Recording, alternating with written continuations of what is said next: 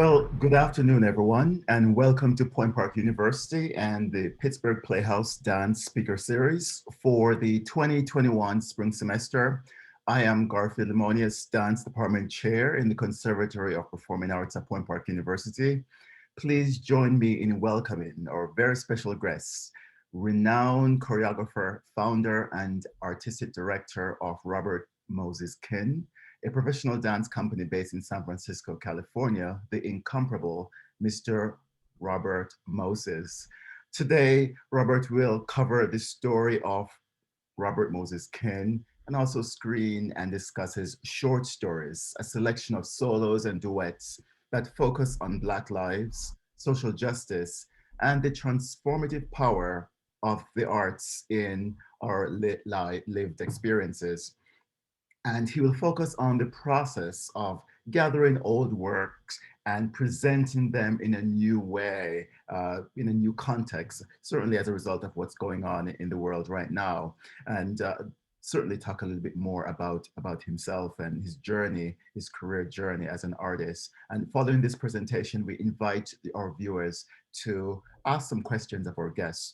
But without any further questions, let's jump right into it. Let's meet the amazing choreographer, artistic director, Mr. Robert Moses. Robert, welcome to Point Park University.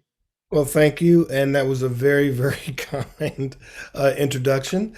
I find these things, even though we're just talking briefly before we got on about how strange it is, even after it's been almost a year now, what, near 10, just over 10 months that we've all been doing the Zoom thing involuntarily inviting people into your home and having them sit there and we talk with each other. But it's a pleasure to do this, but it's still strange. It's one of those things that you find as an artist, you think you get used to. You think you get used to sort of being in these sort of odd places and sort of being uh, tr- uh, testing things out. But this uh, experience is still kind of unique. But in a way, it's just like the old experience of being on a phone. Remember that when Yes. you pick up this thing, we talk to each other, and you wouldn't actually have a picture. So maybe that was even more uncomfortable being on a phone and speaking to someone without their picture. So I can't figure out which is more uncomfortable, actually, the Zoom or just talking to someone on the phone. But I try to bring that up in that way, which is it's an odd segue, but I try to bring that up in order to talk about what you're speaking about, which is short stories, the thing we're here to speak about. And some of those short stories, some of those works are works that have been done previously and have been redone uh, for the online audience, and as a way of not only reinvestigating work that we've done in the past, but also finding a new way to put those things forward. And some of the works are actually new. The first thing we're gonna do is we're gonna jump in to, I think, maybe the first video, and then we'll talk a little bit about where that came from and what's likely to happen with that work. This is a work that's pre-existing. It's a work that is from, I think, 2016 or 17. Um, and we are going to redo this work for, yes, a black woman, a black girl. We're going to redo this work for it's about 6 minutes, so I'm going to let it do its own thing, but I'm going to speak for just a moment before it goes. Um, I know we have students who are here who are sort of wondering how you continue to make work in this moment, right? When you're not in the studio and you're not necessarily with a ton of dancers.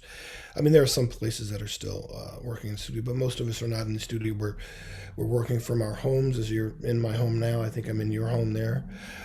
And how do you continue to do this? Well, there are a lot of ways. One of the ways is just to reach out.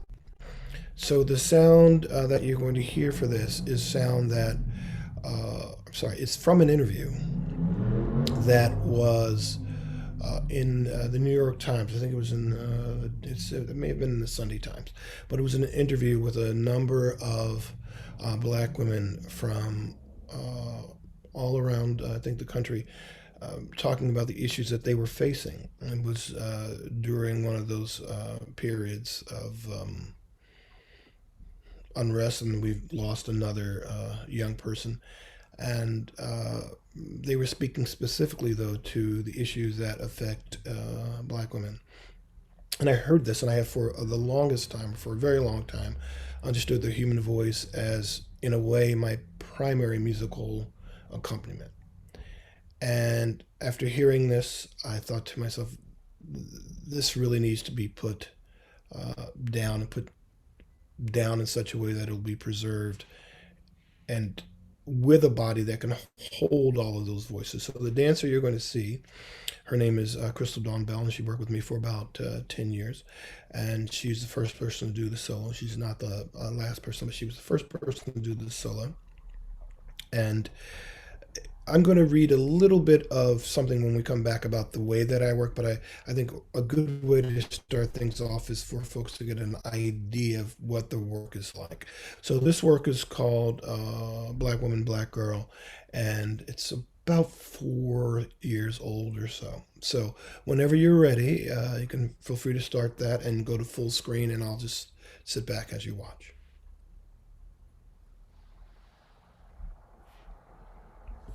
I'm going to mute.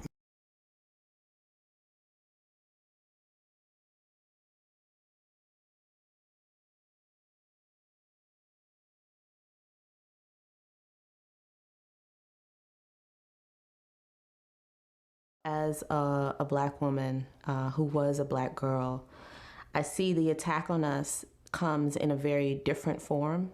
In some ways, it comes in the same form. You know, people do experience racial profiling and police brutality, but sometimes you come across women who have not had that direct interaction.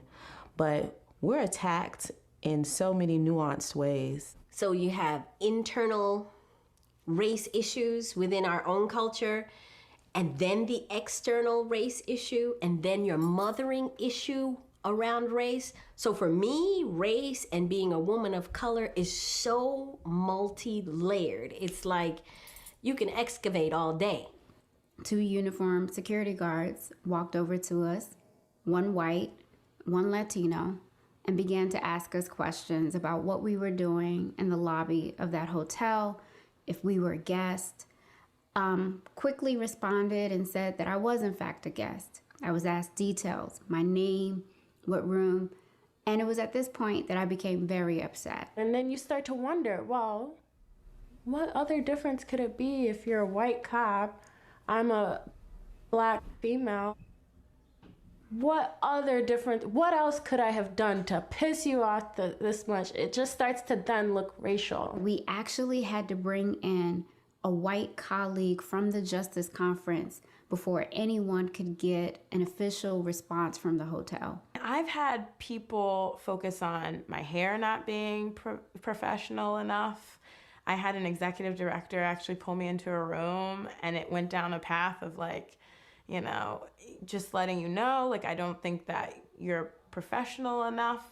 And I kind of had to go through this whole, I had to actually pull back because I was so, I felt like I couldn't be emotional. All the other chorus girls were white. And I remember going up to the person in charge of costuming and saying, you know, why is it that we're dressed this way? Why is our hair doing this weird, just lumped together thing, and all the other girls get to do curls and pretty things? And she was like, yeah, but your hair can't do that. And I was like, you never asked me. But for me, it was really hard because I just wanted to dance and sing and be in the play. And I was being told, like, you're not good enough, your hair isn't good enough, your clothes aren't good enough. And we're gonna make sure everybody notices that you're Black and everybody else isn't. And that colored my own thinking about myself. And I was like, maybe I am unattractive. Maybe I am like this monster. But then I'd call my mom and she'd be like, don't listen to them. Obviously, I gave birth to you and I'm gorgeous. So obviously you have to be gorgeous. So I always whenever I always felt bad, I'd always think about that. There was a huge population of Black girls who weren't dating anyone, and I wondered why that was, because in my eyes they seemed to be beautiful and attractive and smart and intelligent and ambitious, and it just didn't make any sense to me why they didn't have a boyfriend too. And that same consciousness is also what I'm thinking now at almost 25 years old, like why that's the world that I still see today. Once you accept your womanness, that's where your power comes from. It doesn't necessarily always come from your academic prowess. It doesn't always come from what you have. It comes from your perception of self. And when you accept that you're a woman and I'm a woman, hear me roar, that comes from a validation outside of yourself. And even if you want to say it doesn't, it does. My father would buy me books. And before he would give me the books, he would painstakingly shade in the characters in the books in brown crayon. I still have some of these books. I mean, I had like Cinderella, she was brown, like all these things. And of course, as an older toddler, you notice that they've been drawn in because he's not an artist. And he would explain, you know, as much as he could to a 5 or 6 year old why he was shading in these characters to look like me. I don't have a daughter right now, but if I did have a daughter, I would tell her that she's beautiful, that she's intelligent, that she's all of these things all the time, because I feel like we don't hear that enough in the media. We don't get that attention. What I would tell my daughter is not what was ever told me and not something that I really thought I would ever say. But ultimately, to my girls, I want you to be happy. I want you to find joy in however you define it. Not what I want out of you, not what society imagines of you, not anyone's fantasies of you. Your happiness and your joy, and I have your back.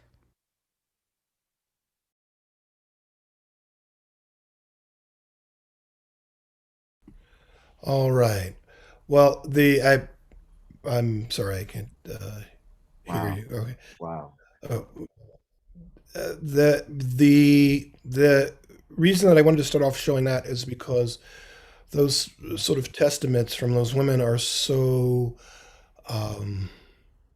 lyric in their honesty that we are automatically drawn in. And they're really about being a human being and the sort of the full expression of that. And so I wanted to show that as a first idea of the short stories, because what we actually work with initially in most instances is the idea of the individual as being the important part of the community, and then that sort of holding the community up. So what I thought I would do next is just to read a little bit of our mission statement. And in reading our mission statement, maybe that again would color what you just saw, and that would actually help to give you an idea of why some of the things that we pick for short stories. Because of course we have we've just finished our 25th year, so we're in our 26th year now, and so I plan to make another 25 years of dances at least, moving forward. Just since we get past this period of COVID thing, but I wanted to sort of set the frame for that. But I'm going to read directly, and you'll pardon me if I just read straight off the page here, because I think it's important to try to get these things correctly. The mission of Robert Moses' Kin is to produce art and opportunities for community, and further to support what is specific and unique in our varied human natures. RMK is a platform for the focused expressions on race, class, culture, belief, gender, and aspiration. We use each as a medium through which we gain greater understanding of each other, and thereby give voice to the existence of expanded possibilities and of our fullest potential. The work is meant as a testament to the expressiveness of the human body, birthed by the Spirit. Further, concerns for honor, dignity, truth, and potential of real people are enshrined in RMK's mission. By working with multiple populations as individuals and in groups, RMK works to strengthen and blur lines that define and separate us.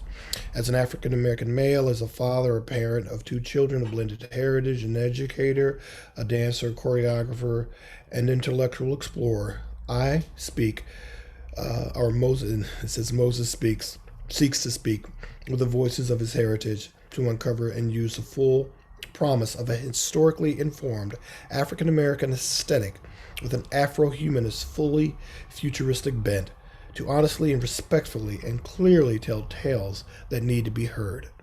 And I wanted to read that straight out so that would give a sense of sort of who we are and why we make the kind of work that we make, and why I've made the selections in this moment that I've made, that when we're so separate from each other, when we are away from, particularly for artists, but this is for everyone, but when we're away from the things that mean something to us in our lives, when we're away from people that we might sit with in a room and get those unintended signals of camaraderie and love and anger and whatever else those things may be. And that in a lot of ways we get those things from art. Art is a communal experience.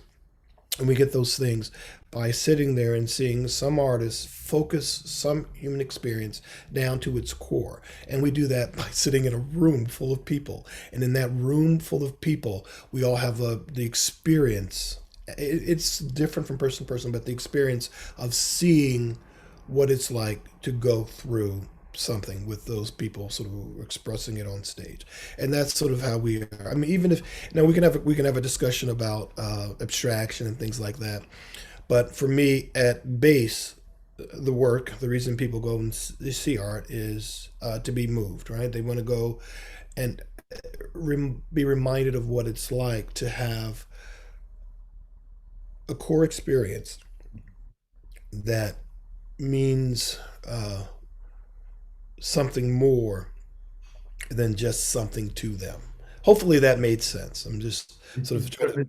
It certainly did. It certainly did. And you can see it in the work. Not only, I mean, first of all, that dancer is stunning. It's beautiful. Such an amazing artist.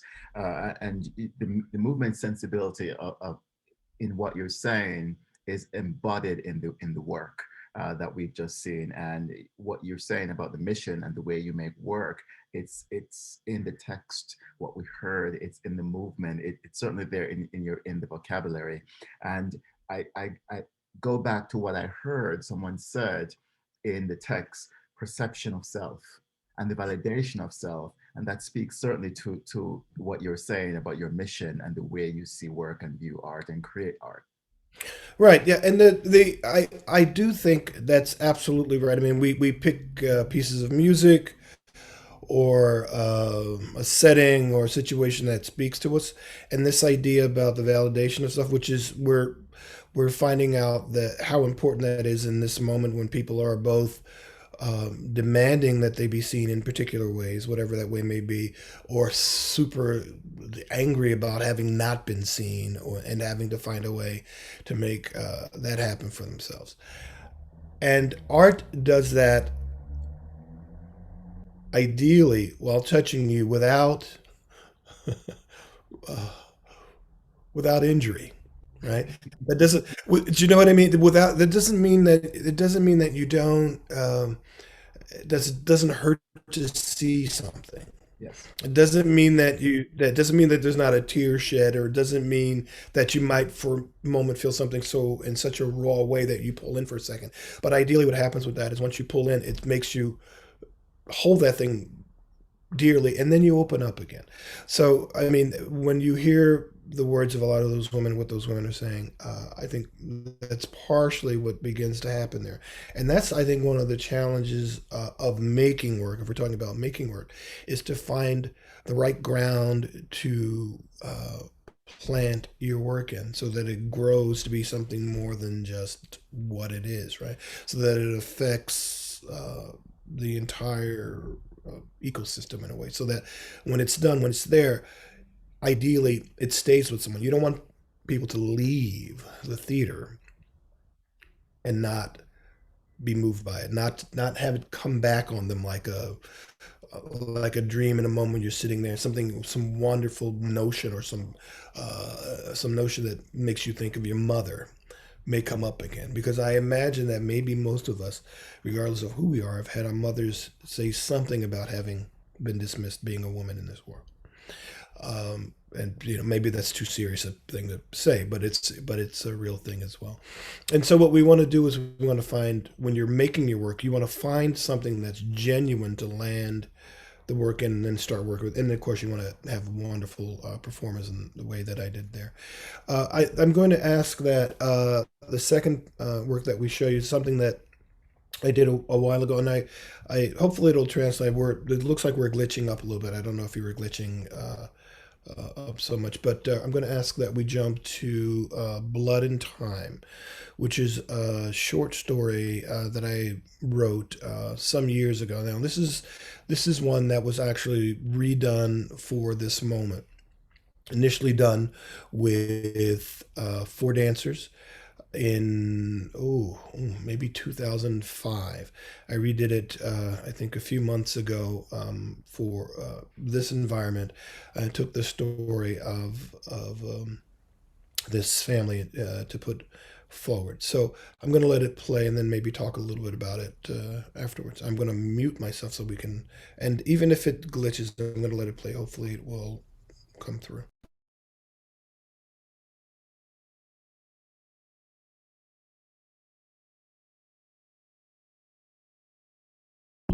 4 children, and I never heard my mother say my father ever had a job. She never said he didn't, but in the vacuum of what was daddy like, some silences are enormous. This is what I know. He was a good dancer. He liked to play baseball. And when I was born, he said, "God, if my boy lives, I will never take another drink." My uncles thought he was a good guy. My grandmother did not like him. My grandmother did not like my mother. My mother was far too dark for my grandmother. And he died of complications from alcoholism in the home of a woman whose name I never learned. With this information, I fill in the blanks of 6 lives. My mother, father, 3 sisters, and myself. Although Brenda is dead, I think, so there may only be 5 blanks. But if counting the living against the dead, we would be 3 for 3. 2 living sisters and myself. I know this is strange, but there is a vague thought of the man who married my mother. The thought isn't light. It's on the dark side of the wire. The thought is hard, dark, rough, and caring. The thought is that when I was a child, he would visit me after his death. And standing in the corner of my room, he would silently add the weight of his presence to the night. There's a deep fear of who he is. Although I know he's no longer in the corner. The fear on my part is about becoming someone I don't or didn't know. On his part, I think the fear is of his continued failure through his son. He died when I was 3 or 4, and my uncles all said, "Bobby looks just like Bob." Ethel Mae Marshall was a small, plump woman with a gap between her 2 front teeth and a smile that would force your smile to stay just a moment longer than you thought it should. Her optimism was always in place. One of the things I loved most about my mother was that she would make up cuss words. She favored the word shit with a small animal or insect name as a prefix. A lie was often referred to as beaver shit or rat shit, or if a lie was particularly transparent, fly shit. Often my uncles would visit, and my uncles and my mother would sit in the back and entertain me with their creative use of language. One of the things that gave me the most pleasure during these times was the sound of my mother's voice when our brothers were over. I think that's the purest sound I've ever heard. I once taped a conversation between my mother, sister, and I without telling them. I played it back for them. I think we laughed and talked about it. I thought to keep the tape. I may have even put it somewhere safe. I've lost it now. I no longer have my mother's voice in my life. Okay. All right. Okay. So there was a question that was sort of asking if I could speak to my background uh, in creating the company and the work, and I'll do that a little bit here. I'll try to connect those two things here. That story that I wrote was actually a story about my family and my understanding of my father, who died when I was very young, and my having nearly no memory of him.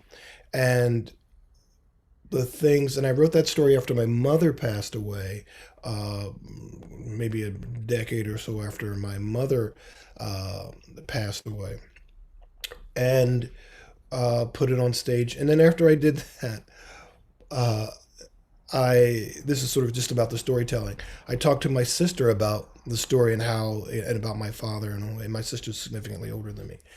And she said, "What?" I said, "What?" She said, "Hey, well, that wasn't dad at all."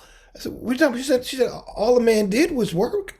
All he did was, he was, he was at home all the time." And so this idea of personal remembrance, this idea of how you live your life in a particular place, and you hold on to something, and it may not necessarily be the thing that's there, it may not even necessarily be the thing that is real objectively, but it is the thing that's real to you. So that thing was real enough to me over time to have sort of written this story and to have this remembrance of my mother and my uncles. And the thing again for me in the writing of this, because part of the reason I show that is to say to any of the young artists, dancers, writers, musicians who are there, that you have an opportunity in this moment, not in this new moment, not to be stuck in one thing. With the technology that you have now, that you can be composers and directors and choreographers and all this stuff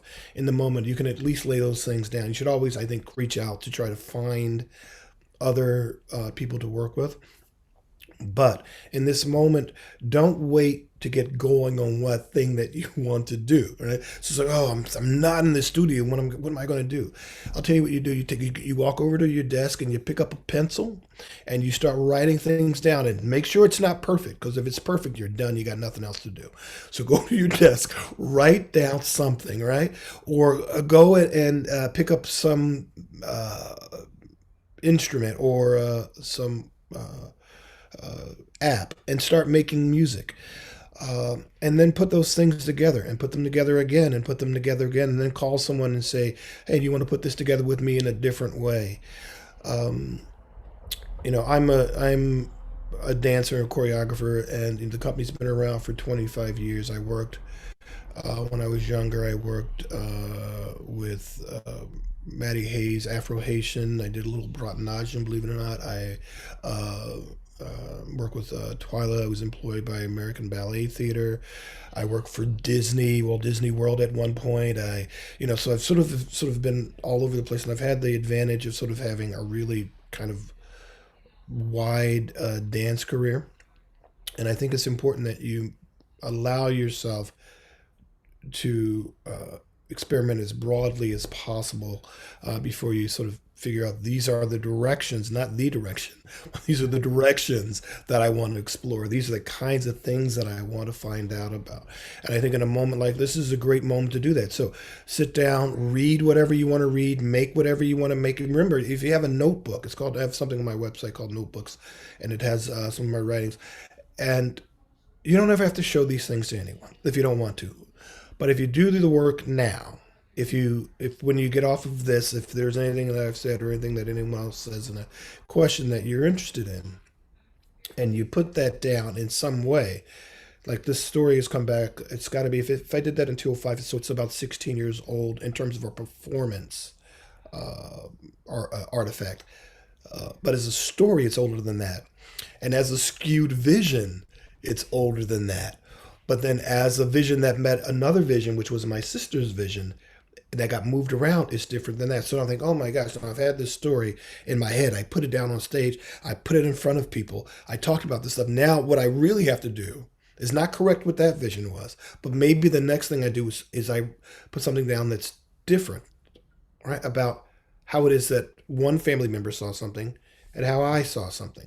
I mean, this is about this, we're talking about humanistic ways of sort of putting things down. Again, this is not about abstraction or technical feats of sort of creating something that's choreographically pristine. I'm talking about something here that's rawer than that. I'm talking about sort of being alone in the moment in a room with yourself and the impulse, the impetus to create something and creating that thing and then seeing how that thing might then live in the world, which is what we wind up doing as artists. We have this impetus, this impulse to create something, and we throw it out into the world and we see how it lives in the world. We see how it touches people, because we do want it to touch people. We don't create things that we don't want people to look at and touch or be touched by or moved by. And I'm talking a lot. I know there's some questions, but I think it's important that we can ask sort of technical questions about dancers and how you're how you get jobs and things like that, and all that stuff's important, and all that stuff is changing.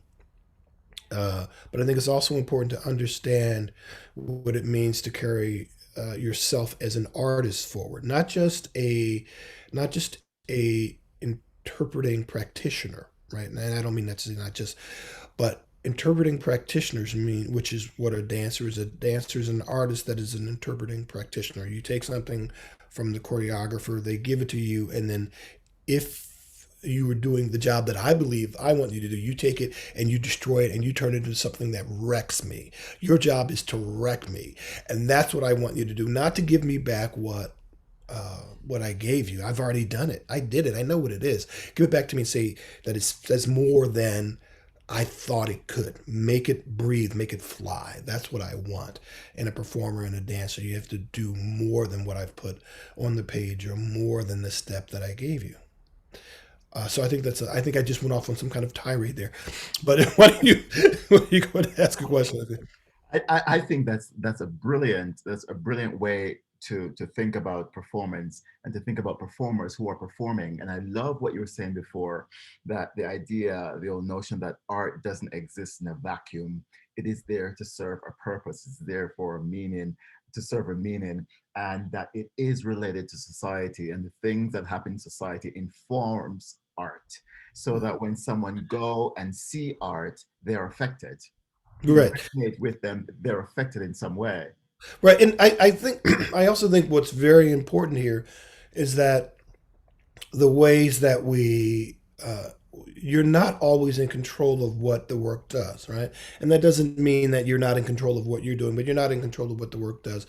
And you're not necessarily in control of the way that you are affecting people, right? There may be a trend toward this, that, or the other, and your work may go in a slightly different direction or another direction. You're coming at something sincere from a different direction, and it feels like you're sort of out there a little bit on your own. It's okay, because that's part of the journey. That is part of the journey. So that's brilliant.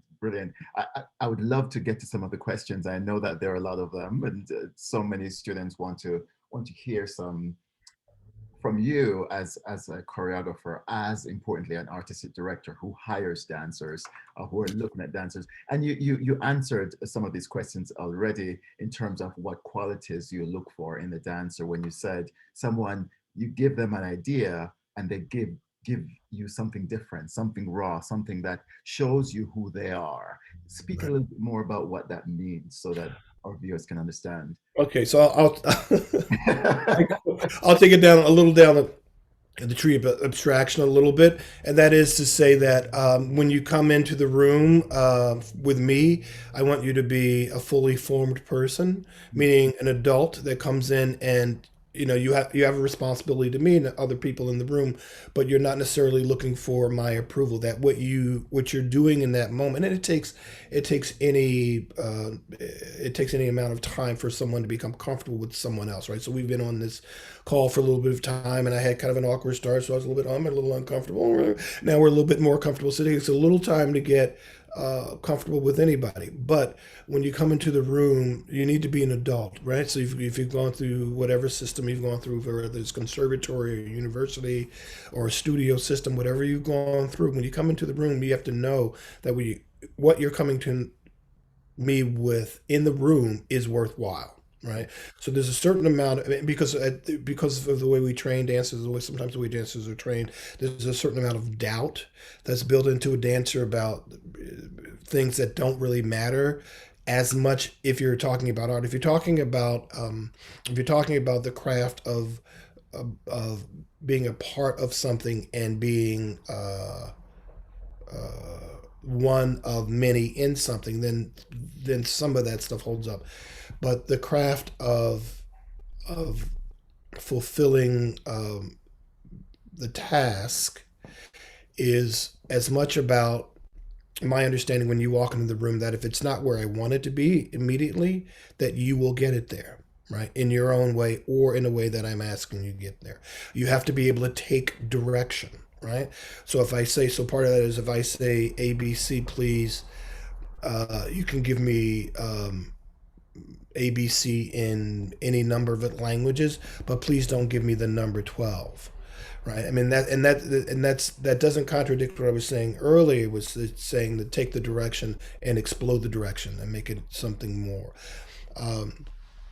It's really difficult to talk about, what if I want someone to turn 25 times or all of that stuff is ridiculous and hard to talk about because with what I do, it's about the idea that's happening in the moment.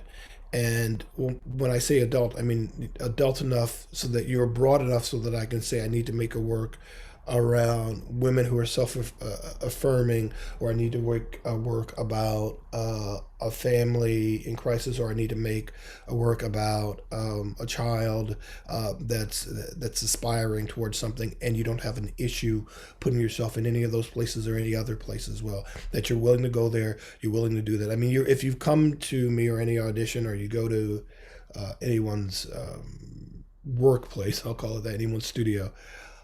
Then you've already brought your goodwill. Yes. You've already brought, do you know what I mean? You've already brought your desire. So you and I, to start off with, let's just look at each other in the eye and say, we agree, right? I love what you do. Hopefully you love what I do. Let's do something well together. And you should be in an atmosphere when someone looks you in the eye and says, yeah, I love you for the fact that you love what I love, and let's go forward and make something happen, right? Not you're in this room and it's not good enough. It's that we're here together. Let's make something worthwhile. That's what, I mean, it just is not, you want to have an experience that's positive. So that's the way I can answer that. That was probably maybe a little bit, I am in Northern California, so it might have been a little like, hey, man, but, but that's the way I can answer that. So. That's brilliant. I think that speaks to a lot of some of the questions that I've seen in terms of what you look for in dancers, and what do you think that's missing from some of the training in conservatory programs like Point Park to get them to that place. Yeah, I think yes, I mean there are things that I want you to be able to, if we walk into the room and I decide to work formally, if I decide to, if I've made very formal pieces that are abstracted pieces, but that's not necessarily what I'm doing now. And I say to you, I need you to do A, B, and C. I need you to withdraw from this particular motion in this particular way with these 3 prompts that are going to extract the energy in very specific ways that you do that. I need you to be able to understand what I'm talking about when I do that, but that can't be all. Yeah. Yeah. Okay. Brilliant. So what drew you to choreography, and how do you maintain the pressure of trying to produce work every season? Well, I'll tell you. I mean, I was in small ways making work, sort of all along the way. But what I really knew it was time for me to make my own work was when I realized that I couldn't be in someone else's work with full fidelity anymore. Right? It's like being in a relationship and you think, oh man, you know what? I really do, but I can't be here. oh, it's terrible, right? But then when you think to yourself, I can't do this to you, and I really can't do this to me. And so when I knew after I had been making some work and I had, was working with folks, and I can't be here because there's so much more that I want to explore about my own voice, and the impulse to be in other people's work had shifted to needing to use my body to tell my stories with my body, not to just or I keep saying the word just. That's a terrible word. Just, I hate that word. But to be an interpreter, right? To be that. And I'm not talking about me particularly, but because I really really love performers who take that thing and turn it into something else, right? So if you listen to 15, you can listen to 15 different versions of your favorite beautifully written song.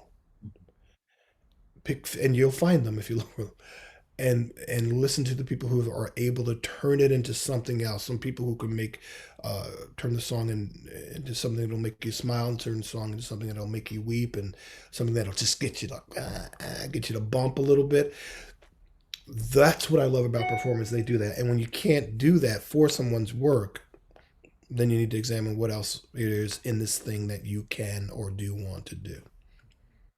That is so true. I've come across artists that wants to say something and they feel trapped because they're in a particular company, and you see the whatever it is, this butterfly that's trying to come out, but it feels stuck in that in that cocoon phase and doesn't know what to do. I love that you were true enough to yourself and realize that you had to make a change and you had to make a shift in order for you to blossom, in order for you to become who you are today. Does the pressure of the current climate, does the pressure to maintain the company, to create work in this economic time, how do you handle the way the industry is right now, the economic pressures, the social Right. pressures? How does that affect you as a choreographer, as an artistic director? That's a great question. Okay, so the ground is always shifting. It just always is. This profession is not now what it once was. If it ever once was any one thing, it never was. Uh, when you talk about pressure, there's I love semantics, right? So when you say pressure, I say responsibility because pressure is different than that. So when this all hit, we were all surprised, and we had started our 25th year, and I had a number of dancers that had made some promises to obligations about how much we were going to work and how much they were going to work, and they had planned out some number of months to work with me through. It was about 8 months that we were going to sort of keep doing things moving forward, and so what I had to do was to shift and to try to keep my word to them about working as much as we could, at least financially, because we couldn't work as much as we might have been otherwise, because we couldn't even go into a studio, right? So we had to figure out other modes of doing that. So we were working with prompts and pre-existing materials, and then we would meet and we would go and make a new work. I would conceptually make a new work. Fortunately for me, enough of them had been with me for enough of a period of time that we could go out and create. Like we could create the work separately and then go out and assemble the work in some setting, and that's sort of how we started moving forward until we became more comfortable in this medium and started moving forward in that way. Now the thing I think everyone's concerned with is the long haul, right? The first year or so of everyone trying to make sure the whole thing doesn't just collapse is about to come to an end, and now I think this will be a 4 or 5 year crawl back up to whatever the baseline might be as we try to sort of get back to where we're at. Because we've been here for a year.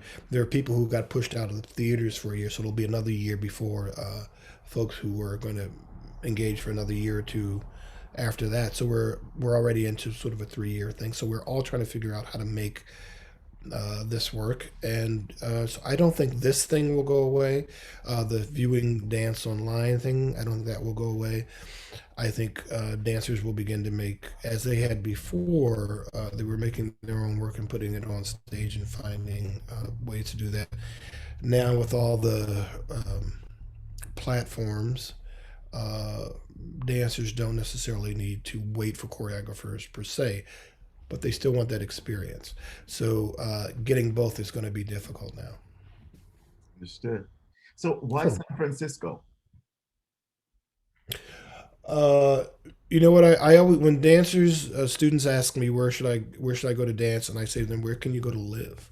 Mm. Because you want to be able to live and enjoy your life when you're doing this thing that you love. You don't want to like have 4 or 5 hours out of the day where you're having this wonderful time in some studio with the perfect person, and then you walk outside in the city that you're in is one that you can't breathe in, you can't live in, um, that doesn't resonate with you. So you say, why San Francisco? Because I can live here. When I walk out, I'm 10 minutes there. There's a I'll tell you practically. There's a 10 to 15 minutes from me. There's a large park in almost any direction I want to walk in. I want to go to a huge large park, 10 or 15 minute bike ride down the street. There's a bay on one side of the city and there's an ocean on the other side of the city. If I want to go to the desert, I can go. So if I want to go to the mountains, I can do that. We have symphonies and ballet companies and a ton of dance companies, and we're a weird city. And I like a little bit of a weird city. I don't want to be anywhere where everybody's kind of normal. I kind of like the oddness, because then I feel comfortable because I'm an artist and I don't want to just be in a place where things are prescribed. So for me, this city is livable.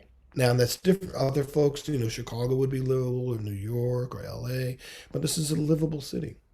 I love that. I love that it has to resonate with you and provide you with that inspiration that helps you to create these amazing work. And you've been creating some beautiful stuff and some challenging stuff to look at, for depending on the viewer over the years. But it all adds to what makes your work so brilliant.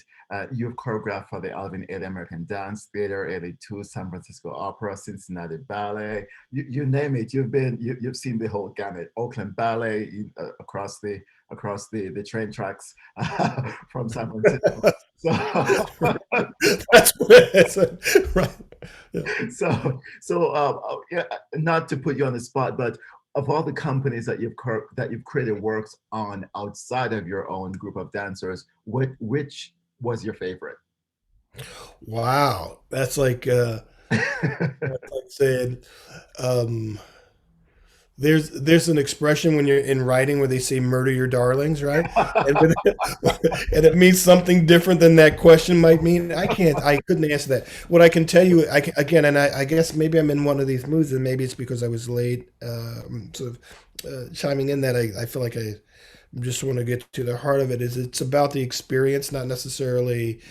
Yeah, you want to put something wonderful on stage, but if you ask me about the working process, it's really about the working, but it's about the people you work with in a particular moment. Uh, Everyone that I've worked with that's brought their heart to, whether it was Ailey or opera or some ballet, or we've done dances in uh, alleys where they're having hypodermic needle exchanges, right? So from something up here to something that's really someplace else. If you're when you're in the artistic frame of mind, and that's different than it's a little different than the craft frame of mind. Uh, it's about the experience of making something. When you're talking about crafting something, you want to be with people who can just turn that thing out that you want to turn out, so that you can build something that's pristine. So there are different answers to that. Was that That's a terrific answer. sufficiently evasive? It's a terrific answer because we've had conversation in the past, and I would love for you to come and create a work or restage a work on our students here in the Conservatory of Point Park, and hopefully our schedule will align so we can make that happen, because our students would learn so much from you and learn so much about your process because of the meat of your work. So that's and we would hope if someone asked you this question after you've been to Point Park, that you would say we were the best group. I Well, I can tell already the experience I would have there would be extraordinary, and that's what it is. It's the I'll tell you this because I know we're running out of time. I'll tell you this. I had when I was a dancer starting out, I was fortunate in that I had some really wonderful teachers, and when this whole thing started, You know, a lot of things kind of fell away. And at one point, things had slowed down a little bit. And a couple of dancers called me and said, "Can we just do some? We'll just go in the studio and make some work." So all the studios were closed. There was an open art gallery that one of the dancers, a friend of one of the dancers had. We went into the art gallery for a couple of days and we just started messing around and making something.